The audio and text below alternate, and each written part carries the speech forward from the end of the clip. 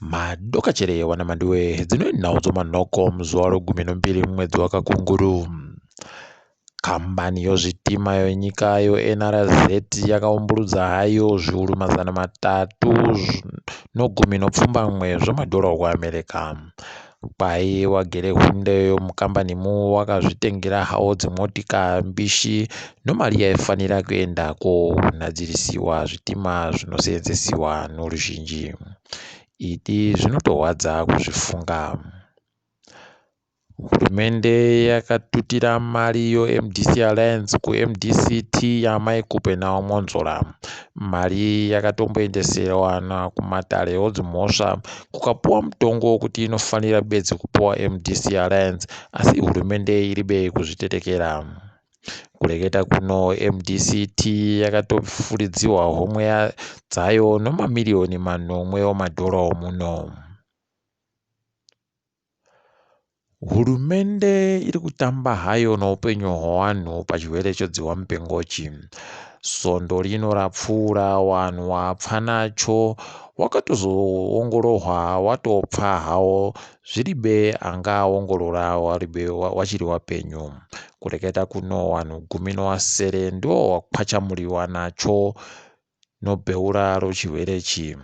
Apa wanhu wabatiwa nacho wakutonanaira kusvika kuchuru chibodzi munyika. Tinoramba tichindoti zvichengetedzei wanabi yangu. Wana wevhu wapera kupfa ngirande nechirwere chodziwa mupengo. Mumiriri wenyika ikweyo akati woZimbabwe wari kutonyanya kupfa kupfuura dzimwe nyika. Chikonzero chacho chiribe aziwa kuti chii. Pabasa wari kusenza mubazi rokurapiwa kwewanhu munyikamu, 31 womunyika medu ndio wapfa, wakawanditsa kupfuura wamwe dzimwe nyika wari kushanda mubazi ribodziro. Tochilinga dzopasi rese.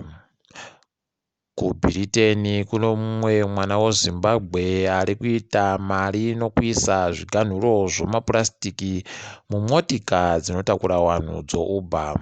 Wari kureketa wari kuti agoita mari fani nazvo, uye wari kutoringira kuti bhizimusi rake racheri richakwira nokuramba richipfumbira nokutekeshera kuri kuita chirongwa chachechi chokuisa zviganhuro. Tinomushuwira zvisvino. Mutevedzeri womutungamiri wenyika yoMalawi mutsva Chilima akaita tsaona iribe wakaziva chakonzeresa kukatopfa wanhu vairi. Wanhu vazhinji wanga wanetseka kuti jambwari rapinda muhurumende itsvai ndoripi. Wakapfawo tinondoti warambe wakazorora murugare. Munyaya ichangobva kuitika makuno yano, South Africa yabva kurambidza kutengesiwa kwehumhango chiporipocho. Izvi zviri kunzi kwai wari kuzaza zvipatara izvo zvakatofasiwa nevanhu vodziwa mupengo.